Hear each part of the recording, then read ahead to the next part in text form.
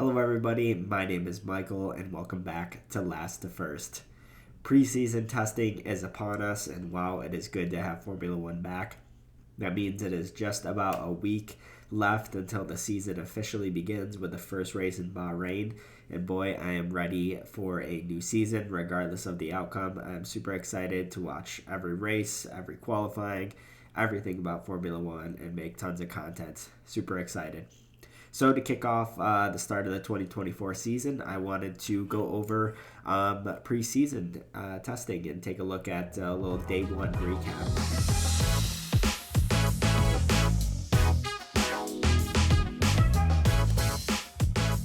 So first, let's go into the number of laps completed for each team.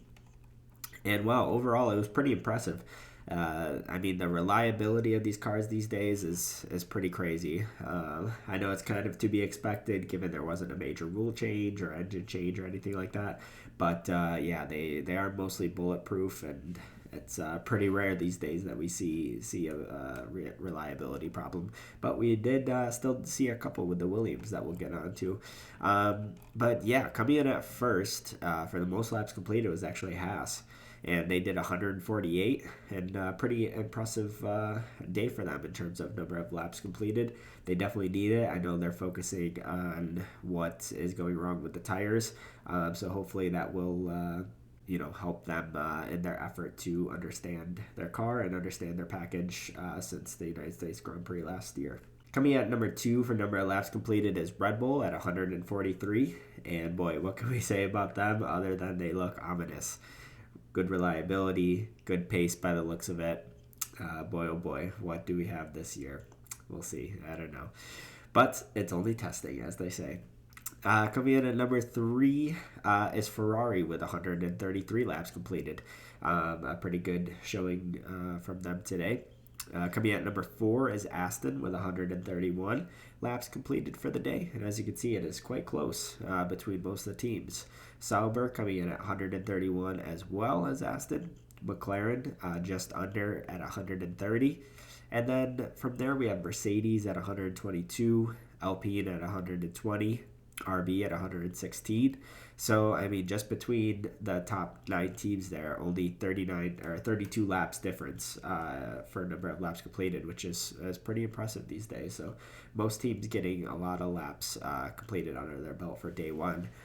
Now, Williams had quite the challenging day as they only managed to complete 61 laps. So they had some reliability problems that kind of chat about a little later on. But overall, a lot of running on the track, a lot of laps were completed for day one. So of course we can't necessarily really look into lap times too much, but it is always fun to get a rough idea of maybe some type of pecking order. And looking at the fastest lap, surprise, surprise, Max Verstappen. He did a 131.344, which was 1.14 seconds faster than Norris in second place. And while I don't think that will be the case come Bahrain on qualifying day or on the race, definitely is ominous that he seemed to just have so much in the pocket, in his back pocket. And Red Bull looking to be quite quick. Now the top 10 was pretty jumbled up as you would expect in qualifying. Of course, Verstappen was number 1 since he did have the fastest lap there, as I just mentioned. And all of these drivers in the top 10 all set their fastest times on the C3s. The vast majority of the grid did do that on the C3s. So maybe tomorrow, next day, we'll see a bit more of the other tires. Maybe see some quicker quali simulation laps as well. Who knows? We'll see. But yes, Verstappen in P1, Norris P2. Like I mentioned, 1.140 seconds off the pace. Sainz coming in at 3, 1.240 seconds. And then surprisingly, 4th, Ricciardo, having a strong showing, having a progressively stronger day throughout the day. He was 1.255 seconds off the pace. Following in 6th with Stroll, 1.663 seconds off the pace.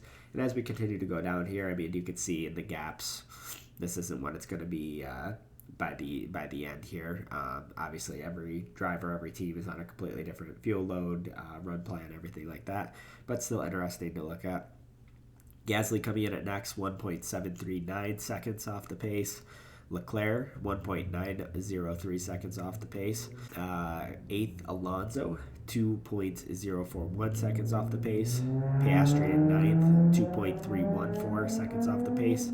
And Zhou Guanyu in the top 10 at 2.527 seconds off the top 10, or off of the pace there.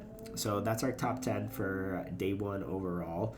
I'm sure it's going to be completely different for day two tomorrow, and hopefully the first race will be a lot closer than what testing is showing so far. I know it will be, but it does look like quite some big gaps right now. So lastly, I wanted to give some of my thoughts on each team, give them a performance grade out of 10, and just kind of go over a little bit about their day.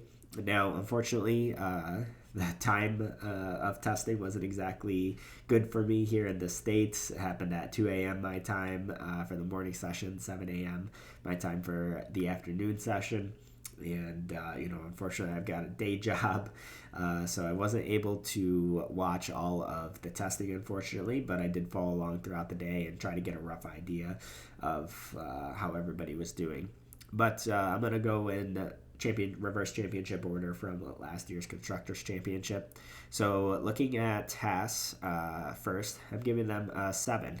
They had a really solid day, and honestly, depending on how you want to grade each team, could be a 10 out of 10 for them, because even though they weren't looking the quickest, they did the most laps, and they had pretty bulletproof reliability as well. A really strong day, got a lot of running in. So looking just off of that, couldn't have asked for much of a better day. But I factored in kind of the pace of the teams as well, and they're probably going to be at the back at the best, ninth quickest or eighth quickest or something like that. I mean, who knows what it'll actually come out to, but I'm sure they'll be near the back for at least the beginning of the season. But they showed good reliability, had the most laps, and they said they want to focus on the tire issues, what's going wrong with their tire management in the races, and hopefully having that big chunk of laps today and the next few days will help them to understand that. Sauber, I'm giving a 7 out of 10 as well. Had a pretty quiet day, similar to Haas. They had a lot of good laps done in, but Zhou Guanyu was actually able to squeeze into the top 10, which was good for him. Kind of contrary to their livery, they didn't have the most attention. They weren't the center of the attention like their livery is, but they had a solid, steady day. Now going on to RB, not Red Bull, not Racing Bulls either, but RB, Visa Cash App, RB. Honestly, I think we should just call them VCarb. I think that's better than RB, and then there's not any confusion. I don't know. The team name's stupid. Everybody knows that, but I don't know. I can't be bothered enough. Let's just call them VCarb, RB, whatever, and move on to the next thing. But they had a pretty solid day, looking pretty quick as well. Only time will tell how they actually look compared to the midfield, of course, if they've been able to, or if they will jump to the top of the midfield with some of those new Red Bull parts and looking like quite the Red Bull 2.0 car there. Giving them an 8 out of 10. Ricardo had a strong day, progressively impressive afternoon, and he managed to get P4 on the timing sheet. So a strong start to Ricardo and RB for the beginning of testing. All right, now Williams, pretty tough, challenging day. I'm giving them a 3 out of 10. They're the only team that seemingly have significant reliability problems. They had problems with the fuel pump and then the drive shaft, the fuel pump for Logan Sargent and the drive shaft for Alex Albon, and they did half the laps compared to most teams. So a pretty challenging day for them. They already appear to be behind the 8 ball a little bit because they didn't even do any car launch or anything until their first day of running yesterday as a shakedown. So a little worrisome. Definitely not like 2019 Williams struggles, but only time will tell with them. Sargent had the biggest moment of the session where he nearly binned it. He completely spun around and hit a bump and Yeah, nearly bent it. Luckily for him and the team, nothing was damaged to my knowledge, and he certainly didn't end up in a wall, which was good.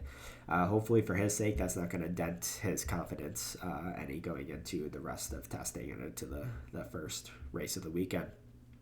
But yeah, overall, Williams just needs a more productive day two.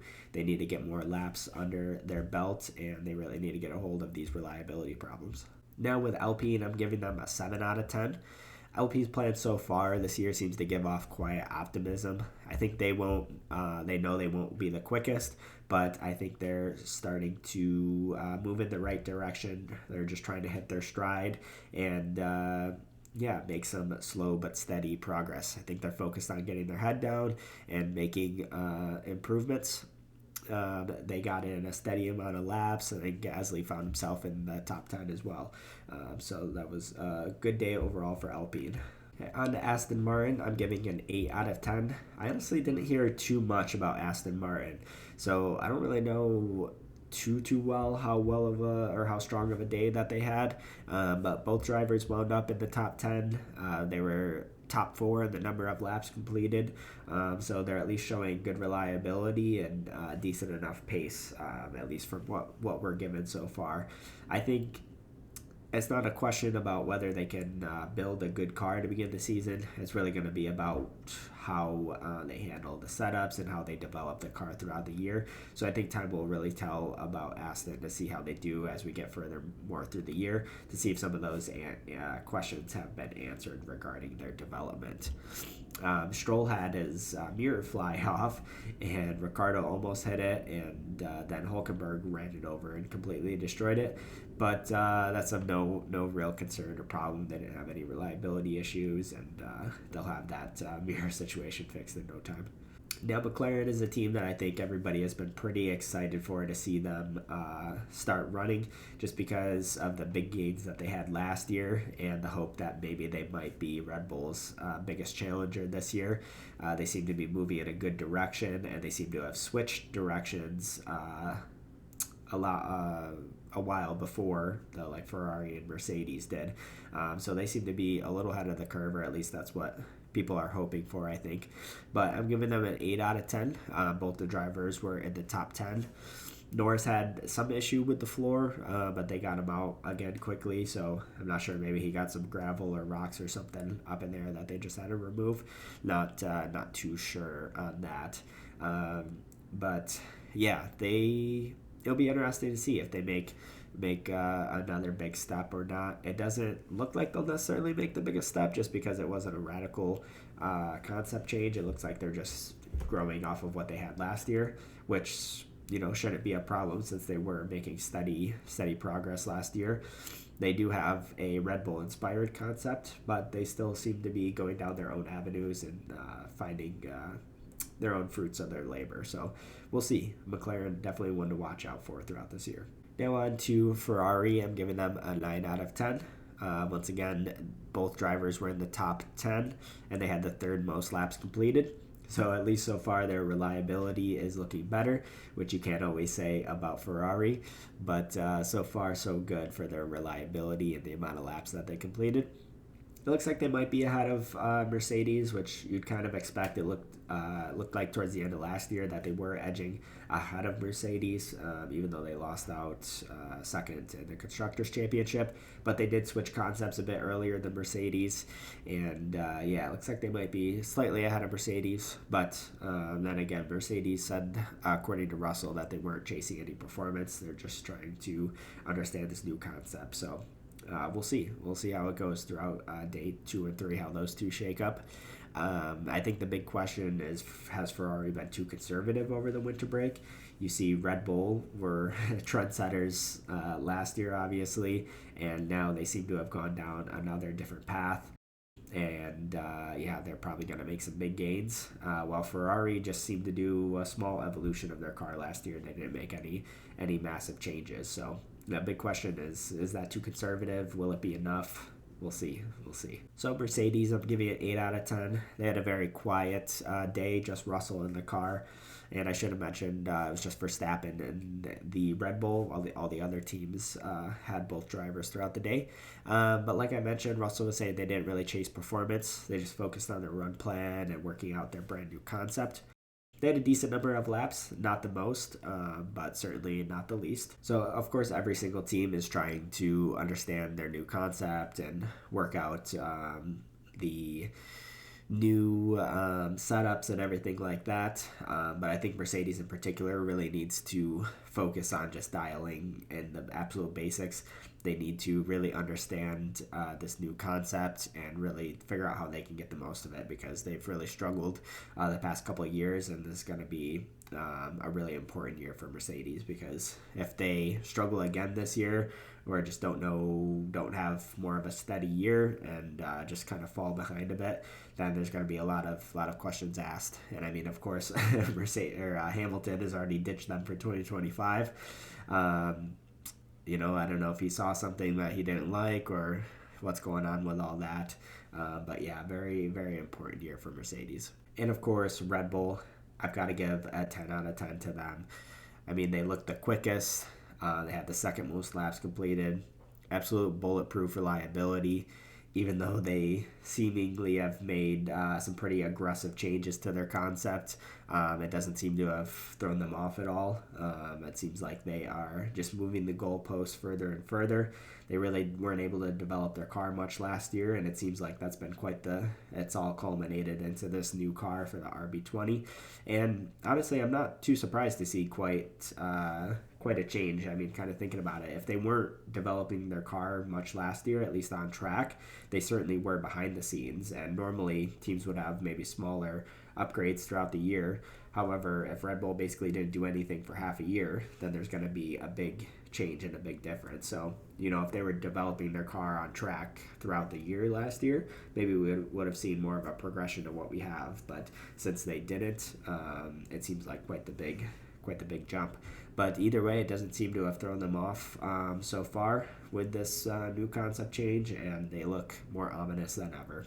So we'll see what happens in day 2 and 3. So thank you for joining me on my day 1 recap. I plan to bring day 2 and day 3 and just my overall thoughts on testing over the next couple of days here. How are you guys feeling about having Formula 1 back? I am super stoked to have it back, and I am ready to get this season underway and going. So be on the lookout for all my content coming your way. I've got big plans for this year, and I'll see you guys in the next one.